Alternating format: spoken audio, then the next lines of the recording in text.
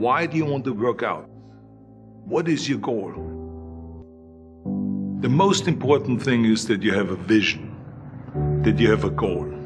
Because without that vision and without that goal, again, you're drifting around and you're never going to end up anywhere. People don't become successful just by accident. You know, I mean, maybe the guy that found gold in California and started the gold rush, but don't count on that. That's the one in a lifetime kind of a situation. So you got to really have a specific goal. And to me, to have that vision that I want to be Mr. Universe, that I want to be the greatest bodybuilder of all time. That was a great vision, and that specifically to look like Reg Park and to be up there on that stage and to lift the trophy overhead and to win the championship over and over and over again. So that was a great goal. You have to have a goal. Now, it doesn't have to be that specific goal, but it has to have some goal. This is why I always recommend to people, sit down, take your time, and start thinking about, why do you want to work out? What is your goal? And that can be as crazy as it is. It could be, I want to impress girls. If that's your goal, so be it, but it motivates you. It could be that you're emulating a certain, bodybuilder or a certain football player, a certain boxer, whatever it is. Have those pictures put all over the wall like I did when I was a kid. I put pictures of Reg Park and of Sonny Liston, of boxers and of Ali and of powerlifters and weightlifters all over my bedroom, wall. So that every day when I go to sleep, every day when I wake up, I look at those pictures and they motivate me. You need that motivation, and then therefore you have this kind of imprint in front of you all the time, and you know exactly what you're chasing. People always come up to me and says, why are you smiling? You're working out 5 hours a day. You're doing the same as the other guys, but the other guys have a sour face. They're pissed off that they have to do another rep or another set or something. I looked forward to another 1,000 reps of sit-ups. I looked forward to another 500 pounds of leg press or squat. I looked forward to doing more and more curls until my arms fall off. Why? Because I knew that every rep that I did and every set that I did and more weights that I lifted, I get one step closer to turning that vision into reality. So I was turned on by that. I was excited. I couldn't wait to get to the gym.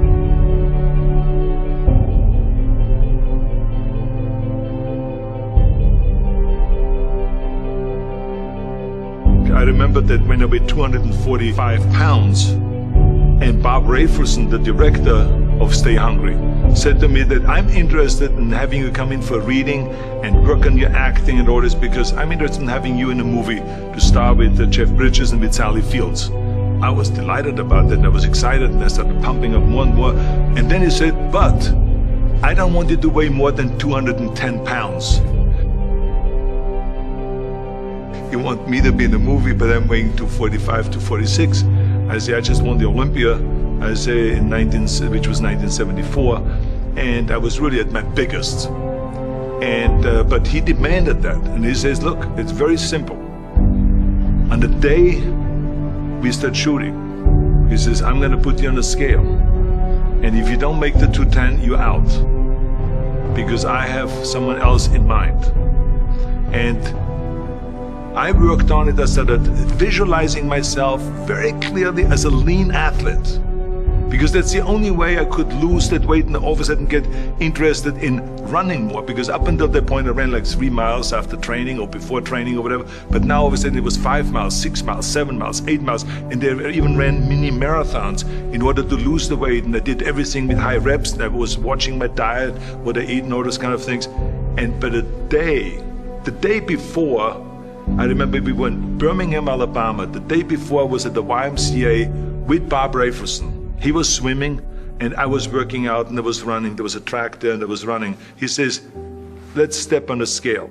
And I stepped on the scale and I weighed 209. So it just shows to you what is possible if you visualize exactly what you want to look like.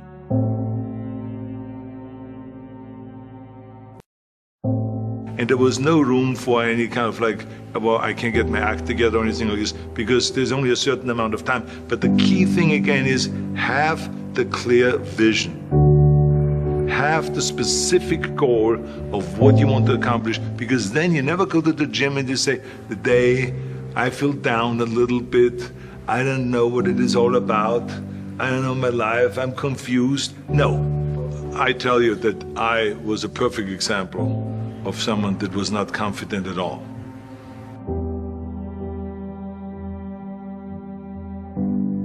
I mean, when I was a kid, I was just like any other kid. I had my hang-ups and problems and all this. But when I joined the weightlifting club and I won my first little trophy because I did the best clean and jerk, and then we went to another meet and I won another little trophy, I started feeling like somebody. But the bottom line is, everyone can use the same method, because I used it in politics, I used it in making money, I used it in everything that I've done in the movie business. When you have one little victory, little victories add up, and that is what gives you then ultimately confidence. Well, for me, the most important thing always to have a deadline. So when I, for instance, had a competition, and let's say the competition was in the middle of September, and it was now beginning of summer, so there was no more time to screw around. So there was the time now to get going on a diet, to get going with the training, to not slack off at all, because there was a deadline there. The day of the competition, I had to be in the best shape possible. And I knew that if I come to the competition and I lose because I did not schedule my training the proper way, or I didn't have the right frame of mind, or I didn't give everything, literally worked my butt off, I would be just so angry. So I never wanted to be in that situation. So this is why it was very important to pick that time and to say, this is when I have to be in top shape, and then I work towards that. But it's not just with the competition. I mean, it's the same in the movie business. I mean, to me, it was always a big advantage when I said, okay, my movie starts on April 1, and I have now 3 months, so I have to get really in great shape. So you pick those times. It could also be that you have no movie and you have no Mr. Olympia or no Mr. America, no Mr. Universe coming up or any of those things. But you say to yourself, the summer starts in June. I'm gonna go to the beach in June, and at that time I want to be in great shape. So that creates an urgency that makes you really start training hard and taking it seriously. Because if you don't have a specific plan, then you wander around. I mean, you can have, as I've told you many times, the best ship or the best plane in the world, but if you don't have a specific goal where you want to go and when you want to get there, you just drift around and you never get anywhere. So this is why it is so important to create that urgency and have a specific time when you want to be in shape. Well, I mean, look, everyone has a problem with time. But the day has 24 hours and we sleep 6. Now I know there's some out there that say, whoa, I need 8. Well, I say just sleep a little faster. Because the bottom line is we have 6 hours of sleep, 24 hours are available, so you have 18 hours now available to your work, your family, your hobbies, and also to learn something new or to do something new, which could easily be that you want to learn a new language, or that you want to read as a New Year's resolution, I have to read a book every week, or you say, I'm gonna go and reshape my body. So you're gonna go and take this hour out of your schedule and say, I'm gonna train an hour every day.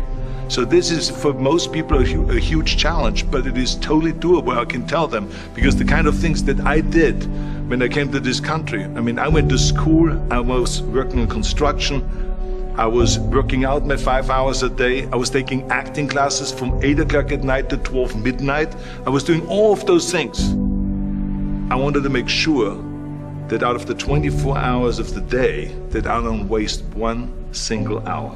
Those hours were too precious. And so there I just want to tell people, don't give me this thing, I have a difficult time with the time and I don't have time for this and I don't have that. You have time, you make the time.